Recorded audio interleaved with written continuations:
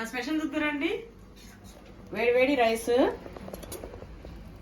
చుక్కకూర.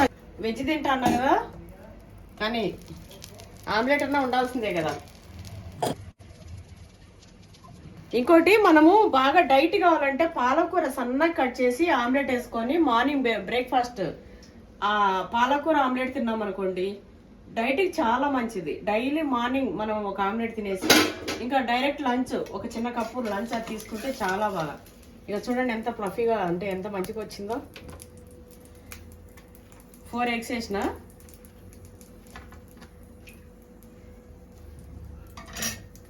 చుక్కకూర omelette, rice.